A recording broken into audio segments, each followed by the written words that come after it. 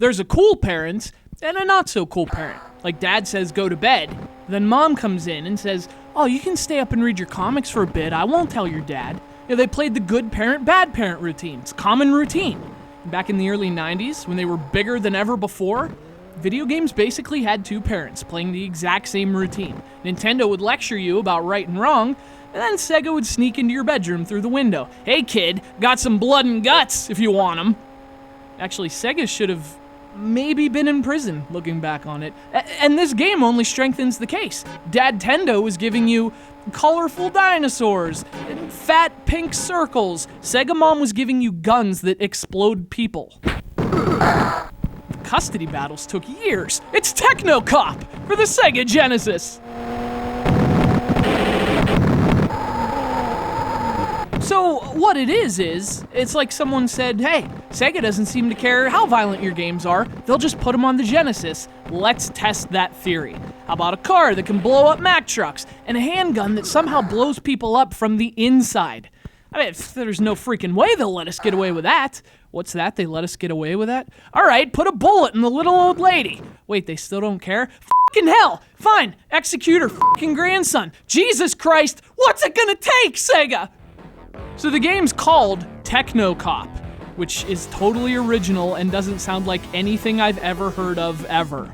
It tells the story of Techno Cop, a guy who drives through Nebraska blowing up vacationers on their way to other places. And they must be vacationers, because who else is driving through Nebraska? Anyway, he gets a call about actual crimes that are going down, but since the only crimes in Nebraska are the ones he's perpetrating, he turns off the road and somehow teleports to cities from the 1980s. And they must be cities from the 1980s, because if you learned anything from the 1980s, it's that cities are dangerous places with gangs and drugs and drug gangs. So he goes in, he shoots a bunch of perps, and then it's back to Nebraska. Which is a day in the life of Techno Cop. So, it goes without saying that this is a pretty rad concept. I mean, the entire game is basically just an exercise in gratuitous violence that rips off RoboCop and doesn't even try to hide it. That's so awesome, I don't even know where to begin. And the way the game's split into two separate gameplay elements, that's kind of cool too. It's formulaic and predictable, but still breaks up what would otherwise be a repetitive side-scroller. So it's got some fun ideas. Only none of those ideas translate into fun gameplay. Neither part is ever fleshed out. It's like Techno Cop blew up so much flesh, he accidentally blew the flesh off his own game. Not that you can blame him. Restraint is just impossible with that kind of weapon.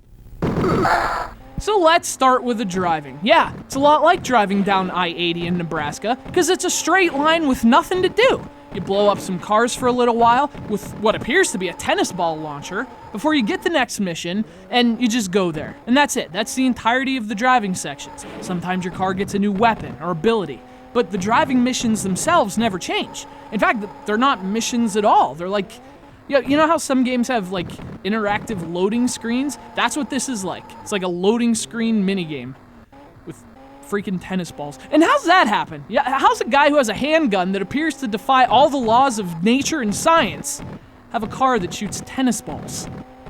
Then you get to the cities, which appear out of nowhere, and it's more repetition. Still no music, still the same graphics, and the same objectives. You have a primary target to find, which actually is kind of cool, but you're also on a timer, and it goes so fast that if you make one wrong turn, you're not going to find him in time. And then you fail the mission, and then it's back on the highway, which again sucks, which again is just mountains and trees.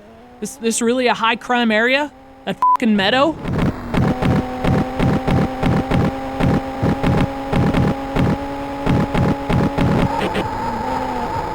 So obviously, Techno Cop's super special police power is to disappoint. Turns out he's also pretty good at frustrating, though, because he thought, hey, you know what would be fun? Let's use up half the screen for a stupid picture of my arm. Like, what a fucking dick. I get it, you have a cool arm. That means you can't see any more than one floor at a time, which is real convenient when you're looking for someone. But then again, you can't be surprised. Look how this asshole drives. Who needs a full screen when you can shoot tennis balls, I guess?